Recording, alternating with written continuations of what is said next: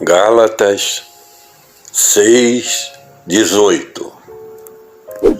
A graça do nosso Senhor Jesus Cristo seja, irmãos, com o vosso espírito. Amém.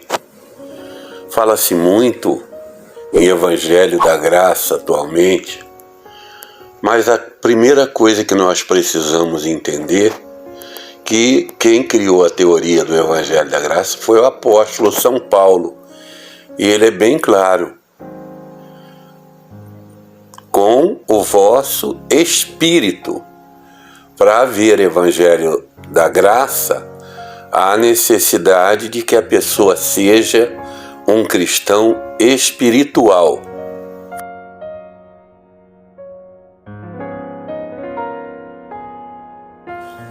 Graça é um favor imerecido, irmãos.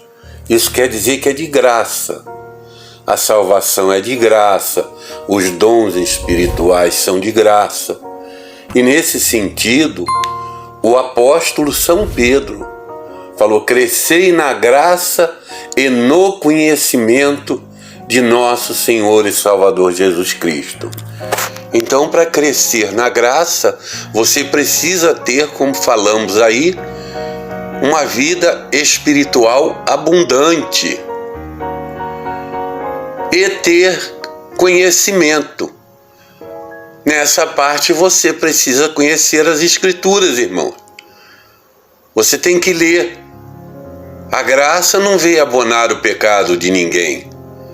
A graça foi exatamente dada por Deus para libertar o homem do pecado. Há necessidade de ser uma pessoa espiritual. E uma pessoa espiritual não vive envolvida com as paixões da carne, irmão.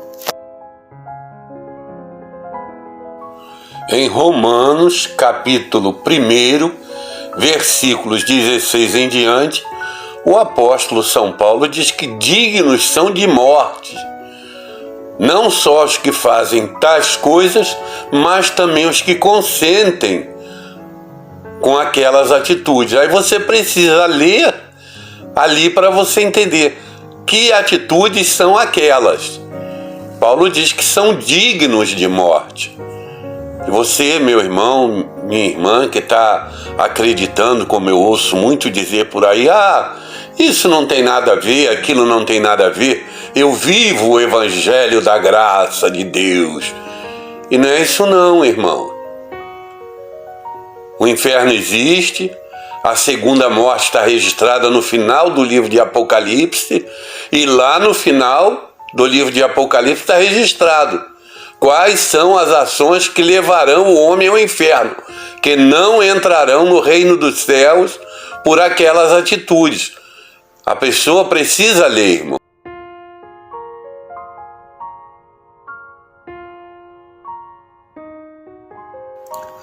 Um cristão cheio da graça de Deus é cheio de dons espirituais, irmãos. O cristão que é espiritual, ele não está empenhado em abonar adultério, prostituição, fornicação de ninguém. Ele está empenhado em orar a Deus pelos enfermos, em anunciar o santo evangelho da paz. Isso é que é o fruto do Espírito. Jesus falou que conhecemos uma árvore pelos seus frutos, irmãos. E ele declarou determinantemente: toda árvore que não der bom fruto será cortada e lançada no fogo. E diz que chegarão muitos e dirão: Senhor, profetizamos em teu nome, fizemos tantas maravilhas. E ele dirá: apartai-vos de mim, nunca vos conheci. Entenderam, irmãos? Então está no livro de Mateus, capítulo 7, que você possa ler. Que Deus te abençoe, irmão, que Deus te abençoe, irmã. Não caiam nessa esparrela de dizer que tudo estamos na graça, tá tudo liberado. Não tá não, irmão. É muito mais grave ainda, porque agora a violação é contra o sangue de Jesus Cristo que foi vertido na cruz do Calvário por nós. Ele nos libertou do pecado, mas o pecado ainda existe. Fiquem na paz do Senhor, irmãos. Deus abençoe a todos. Façam um bom fruto dessas palavras. Leiam a Bíblia Sagrada. Leiam o Novo Testamento. Jesus te ama, irmão. Jesus te ama, irmã. Não corra o risco do sangue dele cair sobre a tua cabeça, como caiu sobre os judeus. Fique na paz do Senhor. Durma com Deus. Lembre-se sempre, Jesus te ama. Pedir para ser liberto do pecado é melhor do que pedir para abonar o pecado. Fique na santa paz de Deus. Amém.